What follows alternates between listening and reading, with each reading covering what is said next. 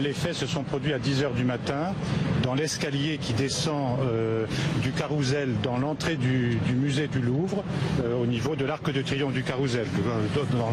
Au niveau des escaliers, en dessous, un attaquant qui était armé d'une machette au moins, peut-être d'une deuxième arme, qui avait des sacs à dos, s'est précipité, s'est engagé auprès des policiers et des militaires qui étaient en sécurisation en proférant des menaces, notamment à l'Akbar.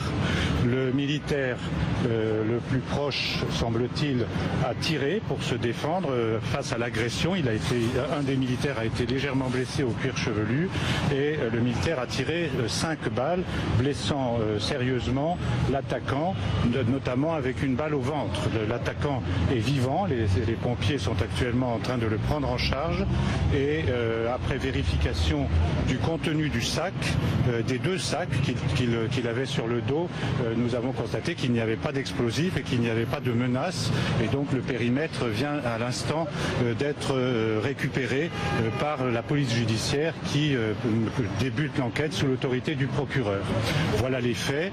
Je mentionne simplement que les policiers et les militaires ont agi avec beaucoup de maîtrise et qu'un des militaires est légèrement blessé et je vais laisser au gouverneur militaire peut-être le soin de vous donner quelques précisions complémentaires avant que le porte-parole du ministre ne s'exprime sur des faits qui ensuite feront l'objet évidemment de précisions par la justice qui était déjà sur place. Nous avons mis en place un périmètre d'exclusion qui entoure l'ensemble des jardins du Carrousel et le musée du Louvre.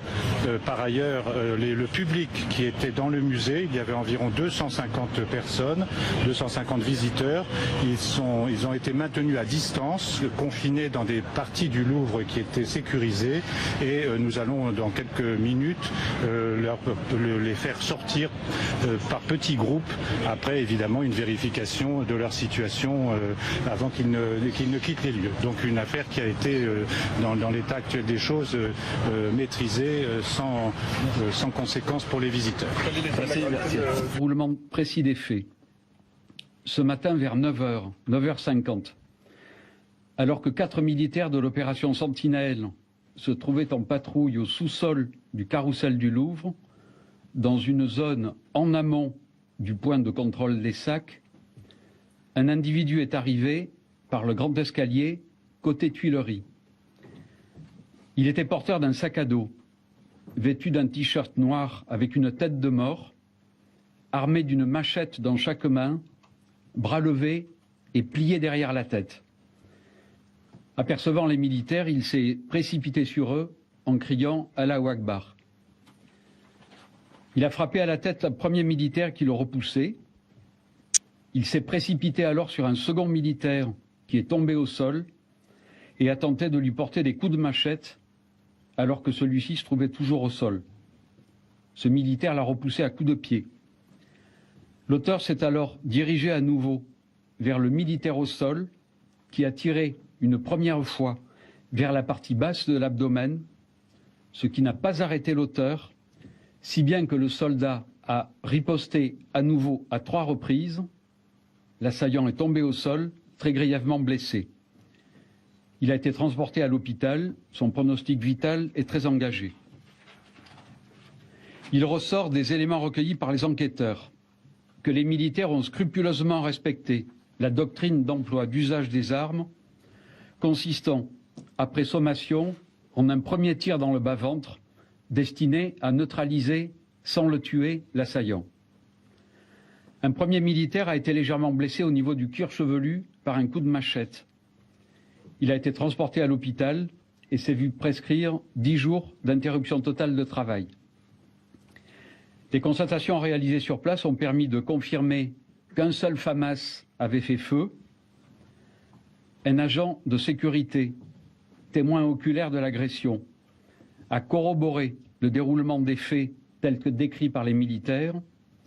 Ce témoin a ainsi indiqué qu'il avait vu l'assaillant foncer sur les militaires et frapper l'un d'eux avec une machette, tout en précisant que l'assaillant ne s'était écroulé qu'à la 3e ou 4e détonation.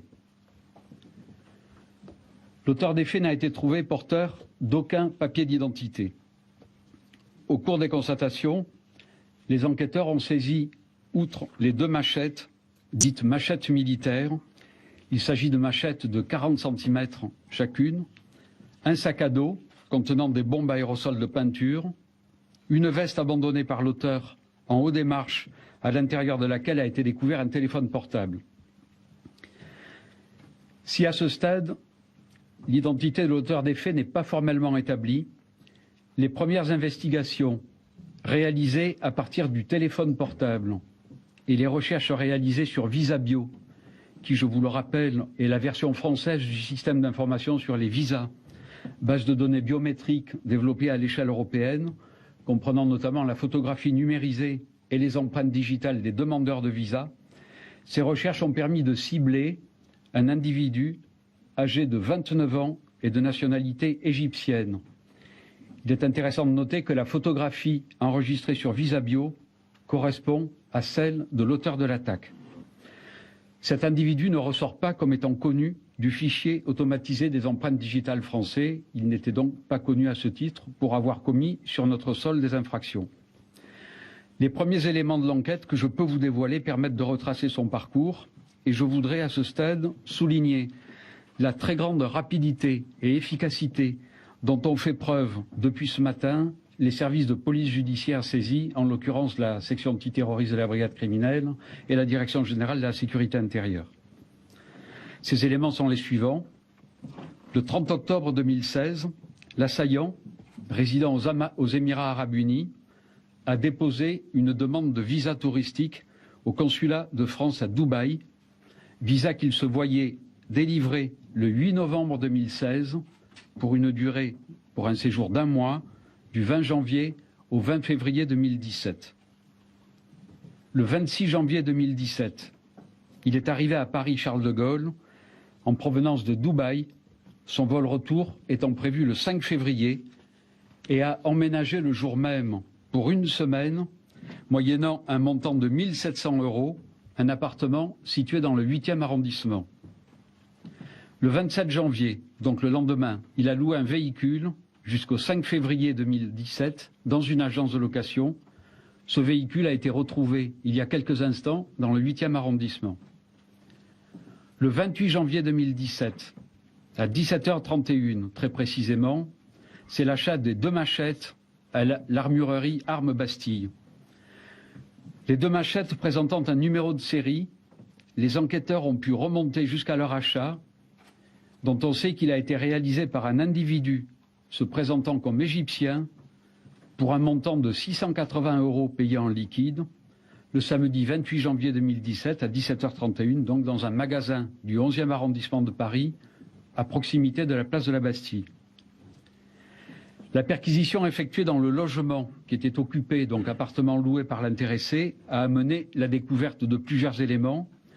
D'abord une somme de 965 €, 2 étuis correspondant aux 2 machettes utilisées par l'assaillant, la facture d'achat des 2 machettes, un pull correspondant en tout point à celui porté le jour de l'achat des 2 machettes, ainsi qu'il ressort de l'exploitation des vidéosurveillances par les services enquêteurs, un iPad, plusieurs cartes prépayées, des vêtements pour environ 1 semaine, une batterie autonome de téléphone, le passeport égyptien de l'intéressé qui supporte notamment des visas pour l'Arabie Saoudite ainsi que 2 visas pour la Turquie en 2015 et 2016, un permis de résident émirati, un permis de conduire et une carte bancaire des Émirats.